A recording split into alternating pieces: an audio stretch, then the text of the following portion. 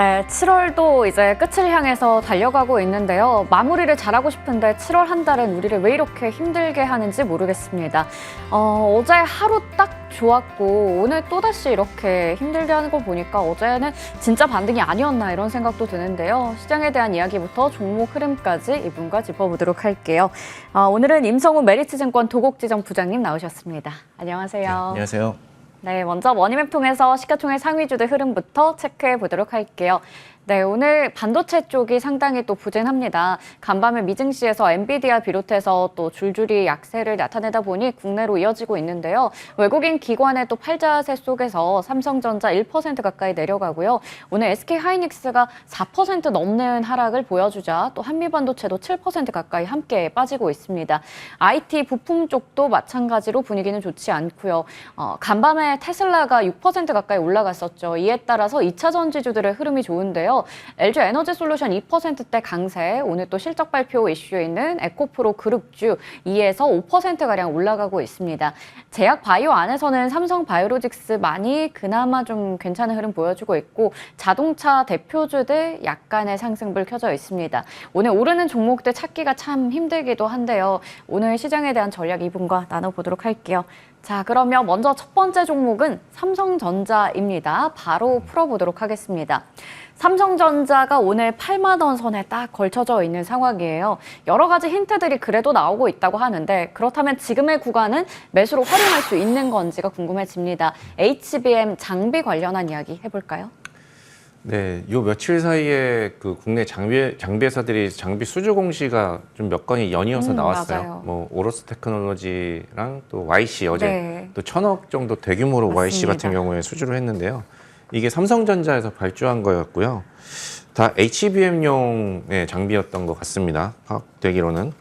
그래서 뭐 구체적으로 장비가 뭐 스펙이 어떻고 어느 라인에 뭐 이렇게 투입되는지는 알 수는 없는데 일단 뭐 YC 장비 같은 경우는 뭐 언론 보도로도 좀 나온 걸 봐서는 HBM3E와 4까지 뭐 테스트가 가능한 적용이 가능한 장비다 이렇게 언론에서 나왔거든요.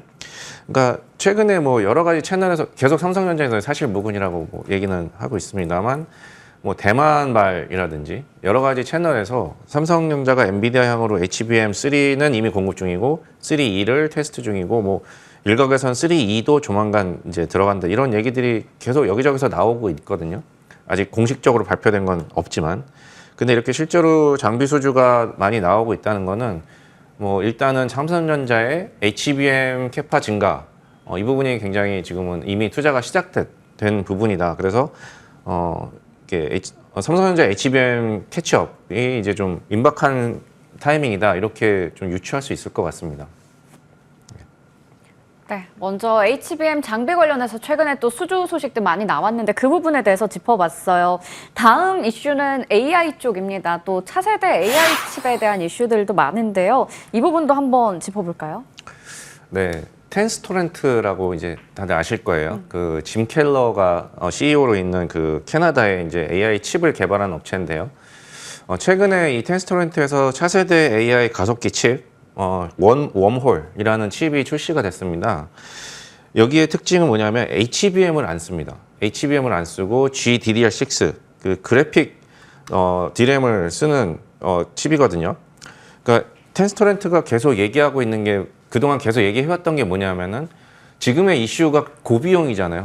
AI 수익화 이게 지금 전 세계적으로 이슈화가 돼서 지금 반도체 섹터 분위기가 되게 불확실한 상황인데요. 텐스토렌트는 예전부터 그래서 우리는 가장 가성비가 높은 전력 가성비가 가장 높은 이 제품을 개발할 것이고 물론 엔비디아와 경쟁한다는 게 아니라 그 분명히 가성비가 높은 시장을 추구하는 시장이 분명히 존재할 것이기 때문에 우리는 그 시장을 타겟해서 칩을 만들겠다 이런 얘기를 계속 했었거든요.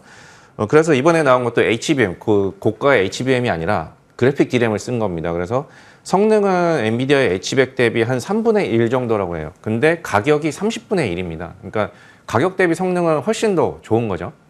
근데 이 텐스토렌트는 파운드리가 삼성전자입니다.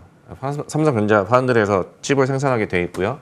그리고 이제 HBM을 제외한 나머지 GDDR이라든지 레거시 D램, LPDDR이라든지 이런 레거시 D램 쪽은 메모리 3사 중에서 삼성전자가 가장 캐파 규모면이나 어떤 상대적인 경쟁력 측면에서 삼성전자가 우월하기 때문에 이러한 그 가성비 시장, 칩 시장이 커지는 부분은 분명히 삼성전자에게 가장 유리한 흐름이다. 이렇게 저는 해석을 할 수 있을 것 같습니다. 네. 그렇다면 다음으로 수급적인 흐름도 체크해 보도록 할 텐데요. 외국인들의 수급에 대해서 먼저 보도록 할게요.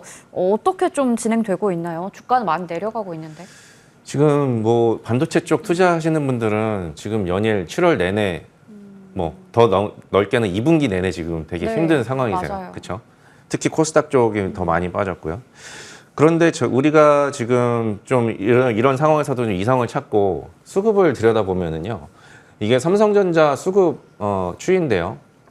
외국인이 최근에는 7월 중순 정도부터 이제 나스닥이 급락하기 시작한 그런 7월 중순부터는 아무래도 국내에서도 반도체 쪽 매물이 나오고는 있습니다. 보시는 것처럼 7월 12일 정도부터. 근데 크게 뭐 대규모 매물이 나온다거나 그러지는 않고 있어요. 그 이전에 6월 12일 정도부터 크게 삼성전자를 강하게 사기 시작했는데 네. 그 매수 추세가 훼손될 정도의 지금 매도는 아니라는 거거든요. 심지어 지난 7월 25일이었나요? 그때 크게 하락을 했었던 날, 그 외국인이 거의 뭐 현선물 거의 2조 가까이 매도를 했던 걸로 기억하는데, 그날도 보시면은 156억의 삼성전자에 대해서는 매수가 찍혔습니다. 그러니까 분명히 외국인은 어떠한 포인트인지는 모르겠습니다만, 전체적인 글로벌 반도체 섹터가 안 좋은 이 상황에서도 삼성전자에 대한 매수 어떤 그런 추세는 유지 중이다. 그러면 왜 이 매수를 하고 있을까라고 뭐 유추는 할 수 있어요. 제가 지난주에도 뭐 말씀을 드리긴 했습니다만 이런 레거시 디램의 경쟁력이라든지 아니면 HBM의 캐치업 또 뭐 파운드리 부분의 이 좀 캐치업 뭐 이런 부분들이 사실은 삼성전자 투자 포인트가 지금 나쁘지 않은 상황이거든요. 앞으로 물론 아직까지 이 중에 그 어느 것도 딱 숫자로 이렇게 드러나지는 않았습니다만 분명히 이렇게 퍼즐을 맞춰보면 그 괜찮게 흘러갈 수 있는 여러 가지 힌트들이 나오고 있어서 그래서 외국인도 삼성전자에 대해서는 아직 매수 기조를 유지하고 있는 게 아닌가. 그래서 우리도 이 삼성전자에 대해서는 투자자 여러분들도 아직은 긍정적인 시각을 좀 버리지는 않으셔도 되지 않을까. 저는 그렇게 생각하고 있습니다. 전체적으로 봤을 때 외국인들의 매수 추세 자체가 깨진 것은 아니다라는 측면에서 말씀해 주셨어요. 그래서 약간은 긍정적인 시각으로 볼 수 있다라는 건데 그러면 목표 주가는 어느 정도 보세요?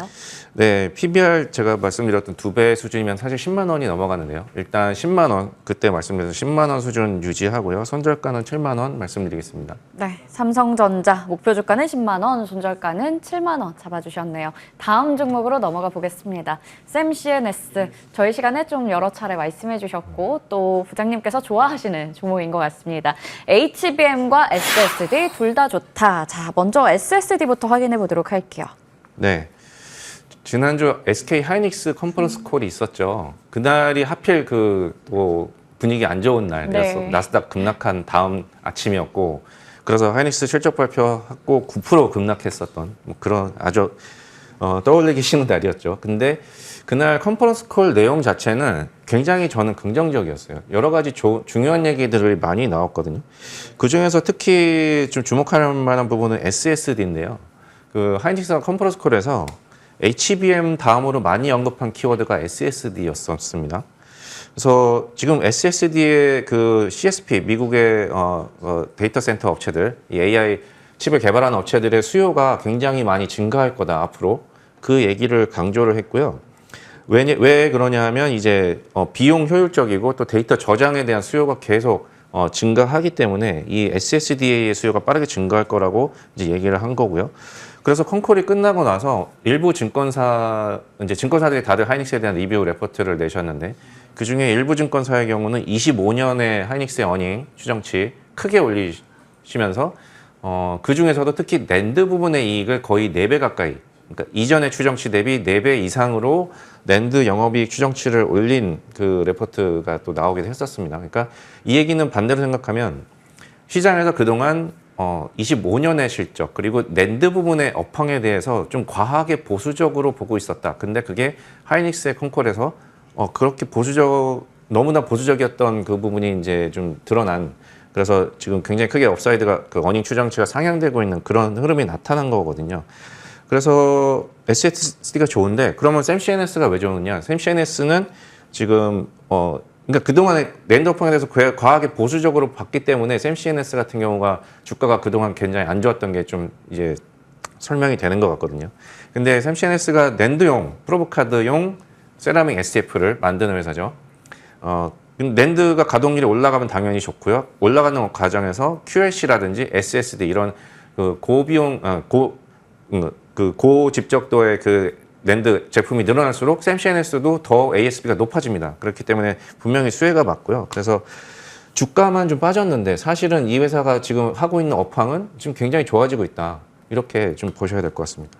네, 첫 번째 포인트로 SSD에 대해서 확인해 봤습니다. 다음은 그래도 HBM에 대한 이야기 해볼게요. HBM 시장이 확대가 되면 또 D램 쪽 매출도 같이 늘어나는데요. 네, 이 회사는 뭐 제가 맨날 말씀드렸지만 주로 낸드 중심의 회사입니다. 근데 HBM으로도 수혜가 지금 얹어지기 시작한 회사예요. 그래서 지금 두 가지 중요한 키워드 HBM과 SSD를 둘 다 안고 있는 회사인데요. 원래 작년 기준으로 이 회사 매출 비중 낸드가 90% 이상이었어요. 근데 올해 1분기 기준으로 낸드가 85%로 내려가고 D램 비중이 15%로 올라왔거든요. 그리고 그 D램 15% 중에 70%가 HBM 비중입니다. 그러니까 HBM용으로도 이 프로브 카드가 들어가야 되는 거고 단수가 높아질수록 모든 장에 한 장 한 장 다 들어가야 되는 거고 그에 따라서 이 회사가 만드는 세라믹 STF도 같이 들어가야 되는 거죠. 그리고 가격도 5배입니다. 낸드용 세라믹 STF 대비해서. 그래서 D램 매출 비중이 늘어나는 게 이 회사한테는 수익성에 굉장히 좋은 효과가 나오는 거거든요. 네, 그래서 이런 부분이 긍정적이고요. 지금 HBM 시장 보면은 하이닉스도 컨퍼런스 콜에서 많이 언급했고, 네, 지금 시장 분석기관에서도 지금 주식 시장 분위기는 안 좋아요. 근데 HBM에 대해서 연평균 성장률이 2030년까지 40%가 넘을 거라는 분석이 나오고 있습니다. 그러니까 아직 HBM 시장 제가 봤을 때는 이제 본격적인 성장 국면에 HBM4부터 해서 저는 시작될 것 같거든요. 근데 지금은 조금 뭐 시장 분위기는 안 좋지만 계속 좋게 보셔야 될 것 같고 그래서 HBM 시장이 하이닉스 중심에서 마이크론과 삼성전자가 같이 들어가고 또 HBM4 또 12층, 16층 이렇게 올라가는 커지는 수직 수평으로 커지는 이 HBM 시장에서 이 회사가 굉장히 할 일들이 많아진다. 그리고 수익성도 높아진다. 이렇게 좀 좋게 보셔도 될 것 같습니다. 네, SSD와 HBM에 대해서 투자 포인트를 각각 좀 짚어봤는데요. 지금 지수 상황이 좋진 않지만 우리가 HBM 시장이 커진다라는 것에 대해서는 아무도 의문을 제기하진 않을 겁니다. 그러한 확장성과 앞으로의 성장성에 대해서 짚어주셨어요. 그렇다면 샘CNS 주가가 많이 눌려 있다는 건 좀 기회가 되지 않을까 싶은데 저희 시간에 여러 차례 제가 말씀해 주셨다고 했지만 그만큼 또 자신이 있으니까 얘기해 주시는 거겠죠. 네. 지금 흐름이 이렇게 되고 있어요. 네, 거의 상승하기 전으로 돌아갔죠. 연초 수준으로. 네. 네, 그 사이에 뭐 저도 방송도 많이 하고 또 AS도 이제 지금 이제 AS 사실 오늘은 AS 방송이라고 봐야 될 것 같습니다. 네. 그래서 지금 사실 업황은 좋은데요. 저 그 회사하고도 이제 제가 따로 전화해서 여쭤보기도 하고요. 지금 업황에 대해서 이제 파악하기로는 지금 오히려 1분기, 2분기, 3분기 가면서 더 분기별로 계속 실적이 좋아지는 분위기인 것 같거든요. 수익성도 좋아지고요. 근데 주가만 좀 반대로 간 것 같습니다. 그래서 지금 시점에서는 거의 뭐 굉장히 다시 매력적인 수준으로 돌아왔다. 이렇게 보셔도 될 것 같고요. 그래서 2분기 실적 이제 공시를 이제 아마 8월 중에 하실 텐데 2분기 실적의 1분기 대비 성장폭을 좀 보시면서 약간 주가 반등의 트리거가 되지 않을까. 저는 좀 그렇게 생각하고 있습니다. 네, 실적 중요할 것 같네요. 주가 반등의 트리거가 될 수 있다 말씀해 주셨는데 그러면 목표 주가는요? 네, 목표가 10,000원 말씀드리겠고요. 손절가는 5,000원 말씀드리겠습니다. 네, 목표 주가는 10,000원이고 손절가는 5,000원입니다. 이전에도 이 종목으로 또 저희가 좋은 수익을 냈었거든요. 지금 다시 또 기회가 온 만큼 주목해보자 말씀해 주셨으니까요. 참고해 보시면 좋을 것 같습니다. 지금까지 임성우 메리츠증권 도곡지점 부장님과 이야기 나눠봤습니다. 고맙습니다. 감사합니다.